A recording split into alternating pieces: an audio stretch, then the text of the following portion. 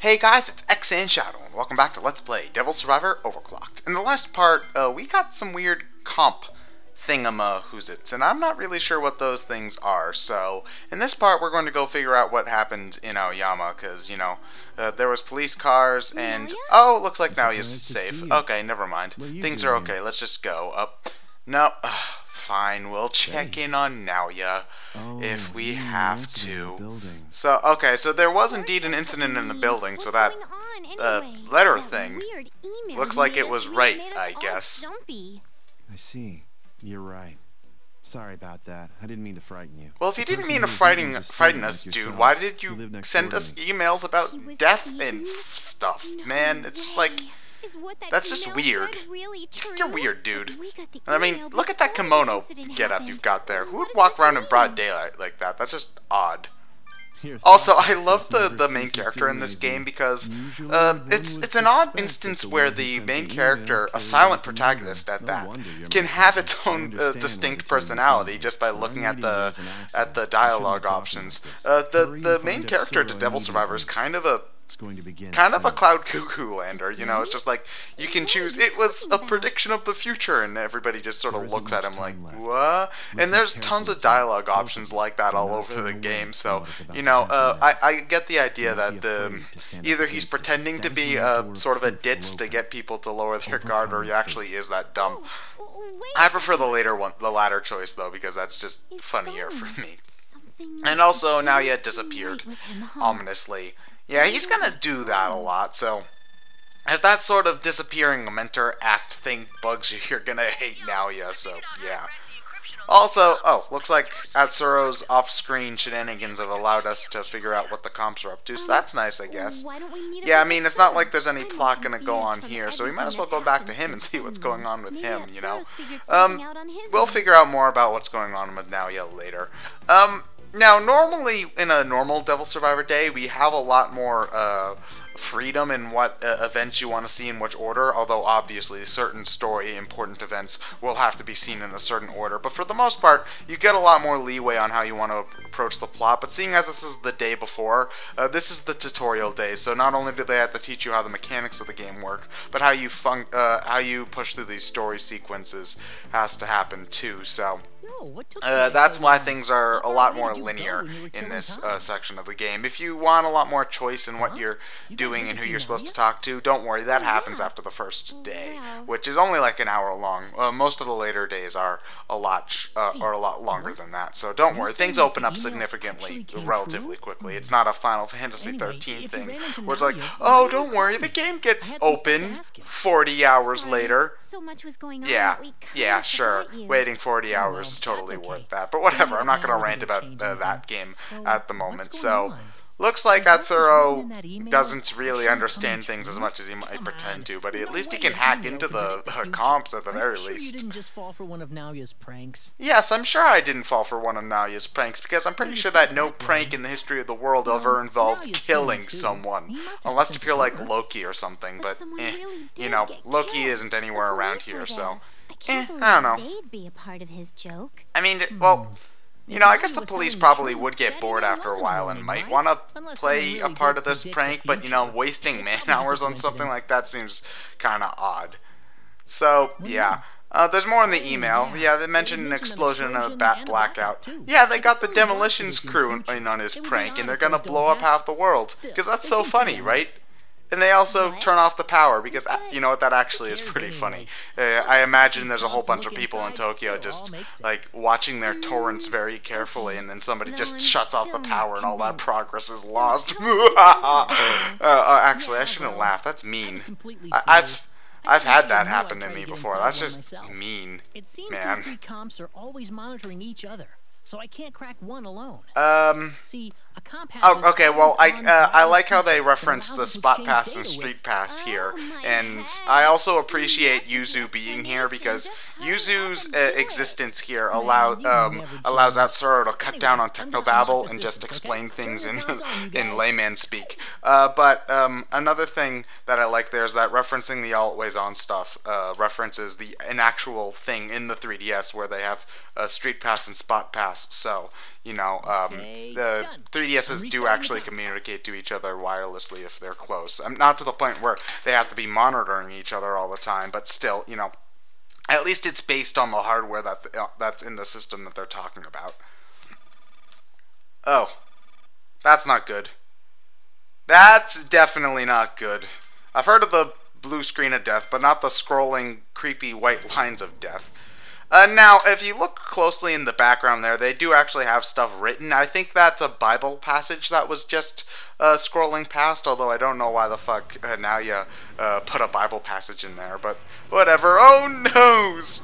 We've got our fight scene, finally. Demons. Yes. This is what the battle screen looks like if you're looking it on your DS in your hands. Obviously, that's not all that interesting, you know. It's just the top screen's all just red, and the bottom screen, you know, it's got the stuff going on there. So that's not the way that we want to actually look at the look at it for this playthrough, because this isn't a very you know, optimal viewing situation when you're trying to look at this on a YouTube screen. But basically how it works is that on the top screen you've got your stats there. Like, see, this pixie here is attacking us. The pixie's got its health, its MP, and all of its weaknesses, strengths, and its abilities on the top screen. And on the bottom screen, that's where we see their sprites and the layout of the map, etc., etc.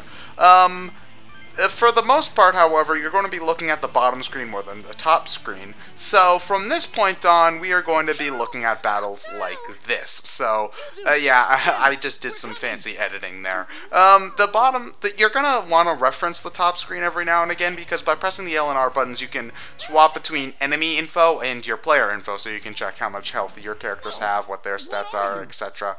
But the bottom screen is where you're going to be spending most of your time looking at, because that's where all the menus are and stuff. So yeah, that's why you're going to be looking there most often.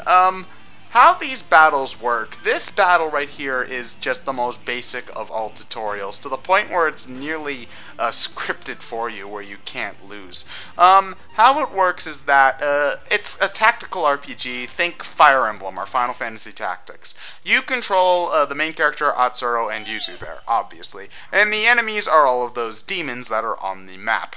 How you fight them is that when it's your turn, which you can see, I think, well, you can see once Atsuro stops blabbering. At the very top of the bottom screen, there's a line there which shows artwork for the demons and for all the playable characters. That's the order in which all of these characters will move. So since it's that kobold's turn, he's moving and he's going to attack me. When he chooses to attack you, unlike Fire Emblem or Final Fantasy Tactics, where the battles play out automatically, we enter this Dragon Quest-styled first-person RPG section where you'll have like 1 or 2 turns of attacking before going back to this tactical RPG map. When it's your turn, like it is right now, it's my turn here, you get a couple of different options. Like here I've got the option to move, I've got an option for Exand, which I can use to summon new demons when we get them and do spells and stuff like that. But for the most part, our options are limited because we don't have an awful lot of things to work with here. If you press the B button, you can move your cursor all over the map, and you can press the R and L buttons to examine the stats and moves of all of the people on screen. But if you want to attack an enemy, you just move next to them and then press the attack button. Here, however, it's basically just, you know, standard attacks is all we've got. And obviously, beating an enemy will give us some experience, like we've got right now. The main character is special in that when he levels up, you can choose what stats, I should say, you want to increase. You don't get to do this with any of your demons or with any of the other playable characters. For the main character, I recommend focusing on magic in the long term. However, for the early game, you're going to want to increase strength as well, because strength is very good in the early game, and particularly for one boss we'll be seeing relatively early on, but I'll explain that when we get to it. Yuzu and Atsuro function sort of, they have different sort of roles. Atsuro, for the most part, is going to be your physical powerhouse for a while. You can't really take advantage of that right now, though, because we don't have a lot of skills that can take advantage of his different stats. Yuzu is our magical focused character, but since she doesn't have any spells at the moment, it's just going to be, you know, standard attacks for her. You're going to want to make sure that each character here kills their respective a monster. So you want to have the main character kill the kobolds, you want Atsuro to kill the Kabuso, and you want Yuzu to kill the pixie. You want to do this for a few reasons, the most important being that you want to spread experience out evenly between the three of them, you know, because you want all of them to be level 3 by the time you end this battle, so that's why. For the most part, I should explain what each stat does. Strength obviously affects your physical attacks. Magic obviously affects your magic attacks, but it also affects your magic defense. Vitality is your physical defense and your health, and agility helps you move, helps with certain attacks, like some attacks will get more or less damage if you have higher or lower agility, and also it affects when you move in battle, and a couple of other different factors that I'll cover later, but those are the basics for the stats. Mold your main character however you see fit with those stats. So if you want it to be a speedster, if you want it to be a magic user, if you want it to be a physical focus, you got that choice with the main character. But every other character levels up automatically, so Yuzu will always be a magic character, Atsuro will always be more physical focused. So keep the characters you have in mind when you're forming the main character's stats in general. For my first run of the game, I did a balanced run for the main character, so I kept the character's stats perfectly balanced, and that worked pretty well for me, although the jack-of-all-trades route might not be the best for the main character, because he needs to be in every single fight, but, you know, it's good enough if you're unsure of how you want him to progress stats-wise. So anyway, what the fuck, man? Demons popped out of my DS. If I did that in real life, that actually would be pretty fucking cool. You know, I pop open Pokemon X and Y. Oh, my Charmander actually popped out. I'd love that shit, man. So anyway, it looks like there's a demon summoning program in our computers. That's odd. Well, you know, even if we did really see them, we don't have to necessarily believe what happens. We could have like a group hallucination here, or whatever. You know, there's other explanations, dude. But if we're gonna jump straight to demons, you know, that's cool too. We need to have the plot to the game somewhere. Anyway, there's also this thing called the Harmonizer, which is basically their answer to the question, wait, how the hell can humans ever possibly fight demons? The Harmonizer is this, it's technobabble. I'm just gonna say it right now. It's technobabble that doesn't really need to be in the game, but I'm glad they did, at least attempted to explain it. Basically what it does is that somehow, I don't know how, it makes it so that humans' attacks are more on the same wavelength as demons. So like if a demon scratches me, normally that would like rip open my stomach and all my intestines would fly out of my body.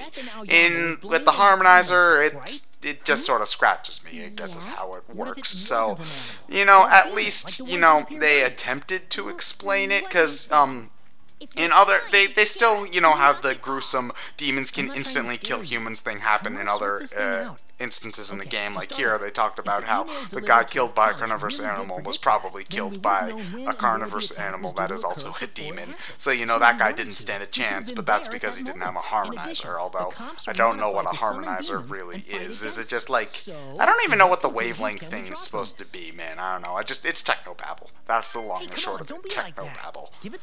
So, yeah, Atsuro really wants us to hold on to these comps, and Yuzu is being completely reasonable and wanting us to give them to the police.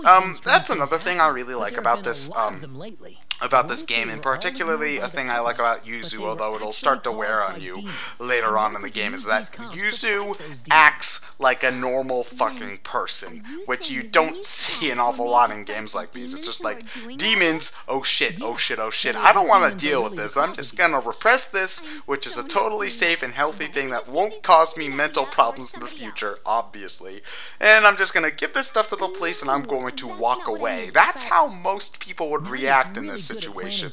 And Atsuro is just genre savvy, and he knows that we have these things for a reason. We should hold on to them. And since I'm the main character, I just know, okay, we're finally to the point where I can start beating up things. And I'm violent and reckless, and I like to beat things up, so I'm gonna hold on to mine. But, you know, I like that they at least attempt, not at least attempt, they do. They succeed in showing off how people would actually react to seeing something like this happen in the real world. Because that's something that even Shin Megami Tensei 4 sort of skimmed games on is that your characters find out that demons exist and they're like, that said, okay, there's demons. You know, they accept it within seconds. Here, they're like contemplating what to do. They're getting really freaked out about it, you know. So it's a very realistic interpretation of what would happen if the blood and flesh eating demons popped out of my 3DS.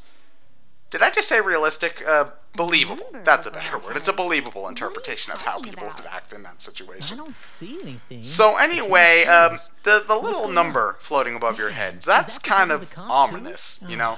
I'm not really sure if that's a good thing, but we're the only people who can see it, so we're probably just psychotic. You know, a stressful incident like being almost killed by mythological creatures would probably do that to you, so... Yeah, I won't worry about that too much. But anyway, we need to go find Naoya, because he probably knows something about this, I think. And we're going to go to Aoyama to find him. So next time, we are going to be finding out what's happening in Aoyama. I'm ExandShadow, and I'll see you guys later.